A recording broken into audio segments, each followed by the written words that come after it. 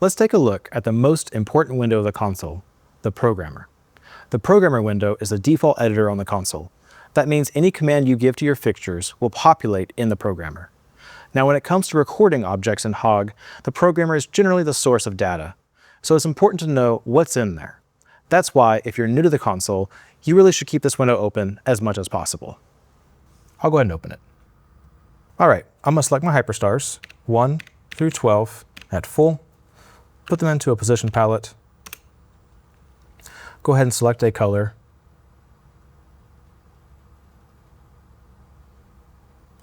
as well as a gobo. Now, if I look at my programmer, as I add data, it's populated.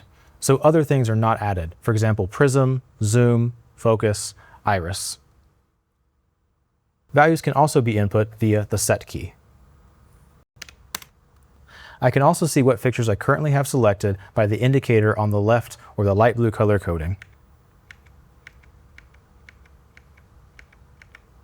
Now, if I press clear, my programmer is cleared out, and my fixtures will go to their playback or default state. Now, I don't have any cues active at the moment, so my fixtures are in their default state. A little side note about clear. It does 3 things. Clears the entire programmer, clears fixture selection, and also clears the command line. Now, what if I only want to clear specific information? Well, that's where knockout comes in hand. Let's reselect our fixtures, put them into a position, select a color, and a gobo.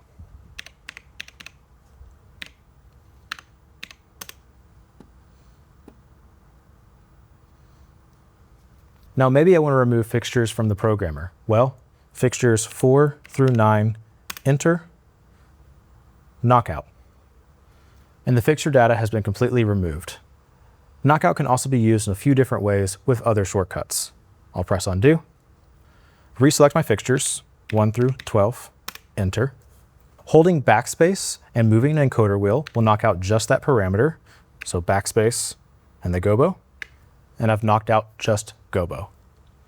Or backspace and the kind key, backspace color will knock out color data, or you can also type it. So position and pressing knockout via the command line will knock out position data. And if your programmer is open, you can also click and drag and use pig backspace to knock out specific data within a spreadsheet. Now, in a previous video, I mentioned the period shortcut, which does a similar function, but it's not quite the same. Let's compare. I'll add back in my position and color.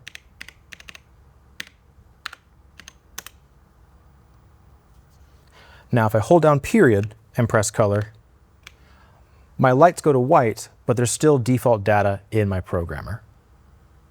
Let's go back to blue again. And if I press backspace color, my lights still go to white, but the data is removed from the programmer. This is important because there's a difference between recording and storing null information versus default data. This leads into a deeper topic called tracking, which I'll cover in a future video. But for now, just know these two tools might seem similar, but they do actually very different things in the programmer. All right, let's take a look at touch and suck. Touch and suck can be found on our soft keys, just like knockout. And whereas knockout would remove data from the programmer, these buttons allow you to bring data into the programmer. Now, I've gone ahead and created a cue. I'm going to now play it. Let's select our fixtures again, 1 through 12, enter, and press suck. And as you can see in the programmer, it pulled in the active values from the cue, including intensity, color, and position. But it didn't grab anything under beam because I didn't actually grab anything to do with gobo, zoom, or focus. Let's look at touch.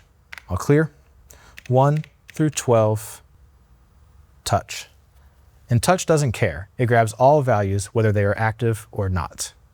Kind filters can be used with either of these functions as well. I'll clear. So I'm going to say 1 through 12, color, and suck.